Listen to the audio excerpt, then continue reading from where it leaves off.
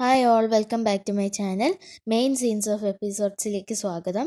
EJKയുടെ episode review ആണ് പറയുന്നത്. പഞ്ചസാരയും പാലൊക്കെ വാങ്ങാൻ വന്നവരെ തിരിച്ചു വിട്ടതിന് ശേഷം ശ്രുതി വന്ന് ചോദിക്കുന്നുണ്ട്, അല്ല ഇവർക്കൊക്കെ എന്താ പറ്റിയത്, ഈ പഞ്ചസാരയും പാലൊക്കെ വാങ്ങാൻ ഇന്ന് കടയടപ്പ് വല്ലതും ഉണ്ടോ എന്ന് ശ്രുതി ചോദിക്കും. അപ്പോഴത്തേക്ക് അമ്മയും പറയുന്നുണ്ട്, ഇത് പഞ്ചസാരയും പാലൊന്നും വാങ്ങിക്കാൻ വന്നതല്ല, നിന്റെ ഭർത്താവിനെ കാണാൻ വന്നത് അവരൊക്കെ എന്ന് പറയുന്നുണ്ട്. അതിനുശേഷം പ്രമീള ചോദിക്കുന്നുണ്ട്, അശ്വിമോൻ ഉറങ്ങിക്കാണുമോ, ആൾക്കങ്ങനെ ഉച്ചയുറക്കമൊന്നും ഇല്ല, അതുകൊണ്ട് തന്നെ ഉറങ്ങിയിട്ടൊന്നും ഇല്ലായിരിക്കും, ഇപ്പം ലാപ്ടോപ്പിൻ്റെ മുന്നിൽ ഇരിപ്പുണ്ടായിരിക്കും എന്ന് പറയുന്നുണ്ട്. എന്നിട്ട് അമ്മ ചോദിക്കുന്നുണ്ട്, ആളുടെ ജോലി എപ്പോൾ തീരും, അല്ല സുമയും വിമലയൊക്കെ ഇവിടെ വന്നിട്ട് പോയപ്പോഴത്തേക്ക് അവർക്ക് കാണാത്തതിൻ്റെ ഒരു വിഷമമുണ്ട്.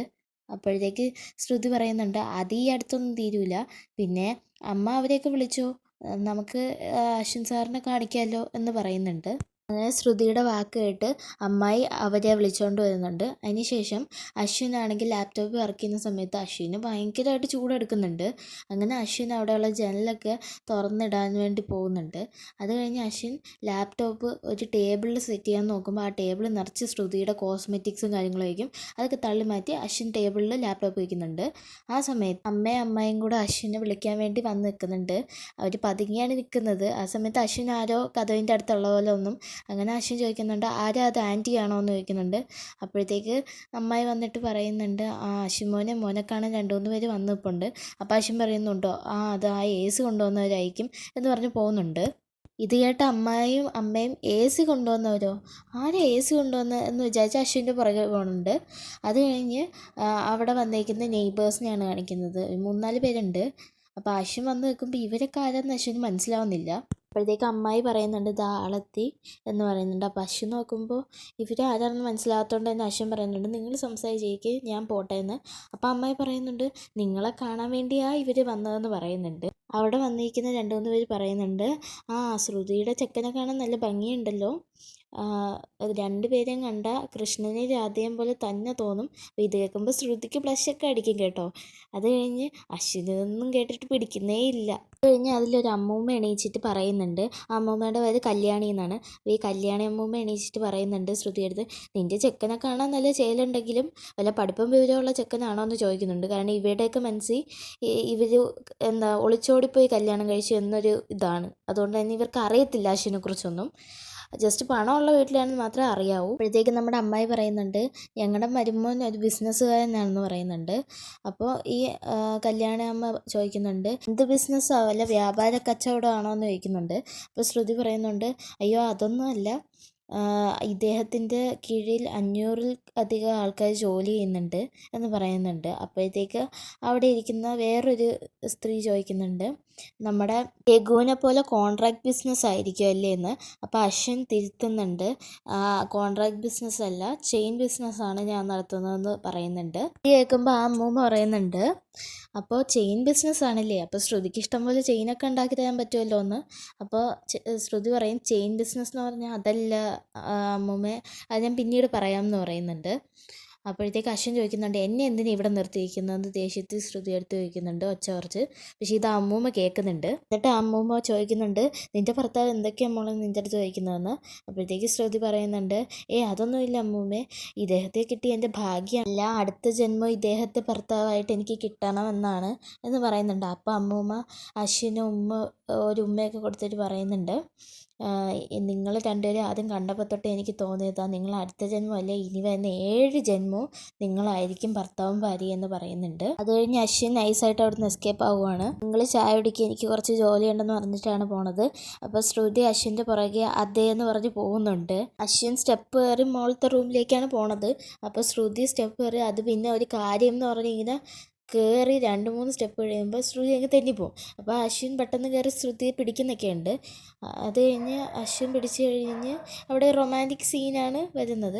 അശ്വിൻ പിടിച്ച് കഴിഞ്ഞിട്ട് ശ്രുതിയെ അശ്വിൻ ഇങ്ങനെ നോക്കുന്നുണ്ട് കുറച്ച് നേരം. അത് കഴിഞ്ഞ് ശ്രുതിയുടെ കമ്മലിലോട്ടൊക്കെ മാറി മാറി നോക്കുന്നുണ്ട്. എന്നിട്ട് അശ്വിൻ ജസ്റ്റ് കൈയൊന്ന് വിടുമ്പോൾ ശ്രുതി പെട്ടെന്ന് ഇങ്ങനെ പോകുന്നുണ്ട്. അപ്പോൾ അശ്വിൻ കുറച്ചുകൂടെ പിടിച്ച് അടുപ്പിച്ച് നിർത്തി കൈ എടുക്കുന്നുണ്ട്. അത് കഴിഞ്ഞ് ശ്രുതി ഒന്ന് ആലോചിച്ച് നിൽക്കുന്നതും കാണിക്കുന്നുണ്ട്. അത് കഴിഞ്ഞ് പിന്നെ നമ്മുടെ തങ്കനങ്കിളുണ്ടല്ലോ, തങ്കനങ്കിളാണെങ്കിൽ ശ്രുതി മോളെ അശ്വിൻ സാറേ ഇതാ AC വന്നിട്ടുണ്ടെന്നൊക്കെ പറയുന്നുണ്ട്. അപ്പോൾ ഇത് കേട്ട് അമ്മയൊക്കെ പുറത്തേക്ക് വരുന്നുണ്ട്, ശ്രുതിയും വരുന്നുണ്ട്.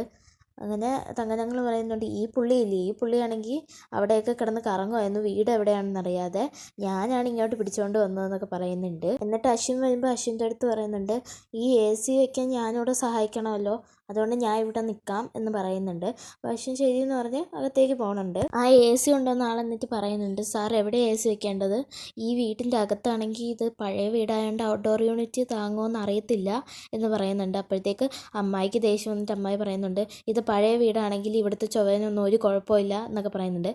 അപ്പോൾ ഉടനെ അമ്മ പറയുന്നുണ്ട്, ഒന്നും മിണ്ടായിരിക്കില്ലാതെ എന്ന് പറയുന്നുണ്ട്. അത് കഴിഞ്ഞ് അശ്വിൻ ഒരു കൂടും കൊണ്ട് പോകുന്ന കാണുമ്പോഴത്തേക്ക് ശ്രുതി ചോദിക്കുന്നുണ്ട്, ഇതെന്താന്ന്. അപ്പോൾ അശ്വിൻ പറയുന്നുണ്ട്, ഇതെൻ്റെ സോപ്പും ഹാൻഡ് വാഷും ബോഡി വാഷൊക്കെയാണ് എന്ന് പറയുന്നുണ്ട്. അപ്പോഴത്തേക്ക് അമ്മ അങ്ങോട്ട് വരുന്നുണ്ട്. എന്നിട്ട് അശ്വിൻ പറയുന്നുണ്ട്, എനിക്ക് എൻ്റേതായ കുറച്ച് സാധനങ്ങൾ ഉപയോഗിച്ചാണ് ശീലം, അത് ഉപയോഗിച്ചില്ലെങ്കിൽ എനിക്ക് പറ്റില്ല, അതുകൊണ്ടാണ് ഇതൊക്കെ എടുപ്പിച്ചതെന്ന് പറയുന്നുണ്ട്. ഇത് കേൾക്കുമ്പോൾ പ്രമീള പറയുന്നുണ്ട്, മോൻ്റെ ഇഷ്ടത്തിന് എന്താണെന്ന് വെച്ചാൽ ചെയ്തോ, അതൊന്നും കുഴപ്പമില്ല, മോൻ്റെ സന്തോഷമാണ് ഞങ്ങളുടെ സന്തോഷം എന്ന് പറയുന്നുണ്ട്. അശ്വിൻ്റെ ഈ പ്രവൃത്തികളൊക്കെ കാണുമ്പോൾ ശ്രുതിക്ക് കുറച്ച് വിഷമമാവുന്നുണ്ട്.